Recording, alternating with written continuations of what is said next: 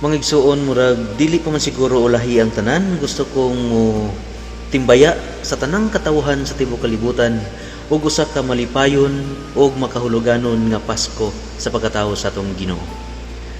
Ang Pasko dili panahon sa pagpinangayuay, dili panahon sa pagpaabot nga tagaan, kundi ang Pasko mao ang panahon sa paghatag alang niadtong nagkinahanglan. Christmas is not about asking. It is not about begging, but it is all about giving. Sama nga si Kristo, mihatag siyang kaugalingon alang sa kaluwasan sa tanan.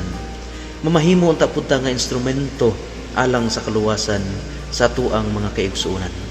Mamahimo unta tang instrumento sa kaluwasan alang niadtong mga gigutom, pinaagi sa atong paghatag kanilang pagkaon. Mamahimo unta tang instrumento alang kaniadto nga nahiyasalaag sa ngitngit nga dalan, pinaagi sa tuang paggiya kanila pabalik sa simbahan. Mamahimong tatang instrumento alang niadtong mga tao nga giyatakan ang ilang katungod, pinaagi sa tuang pagpanalipod. Nining panahon sa Pasko, ato untang sa ulogon kini uban sa kasing-kasing nga manggihatagon.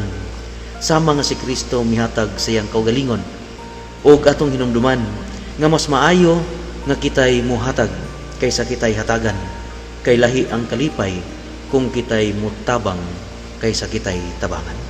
Busa mga igsoon, Merry Christmas o hinawtunta nga sa matagigayon nga itong makita kining nagpidok-pidok ng mga siga sa mga bituon sa tuang palibot.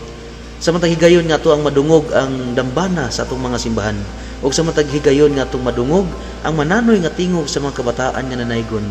Kalipay unta sa kasing-kasing, dili sa mga butang nga kalibutanon, kundili kalipay tungod kinataw ang Ginoo og nagdala kanato sa kaluwasan.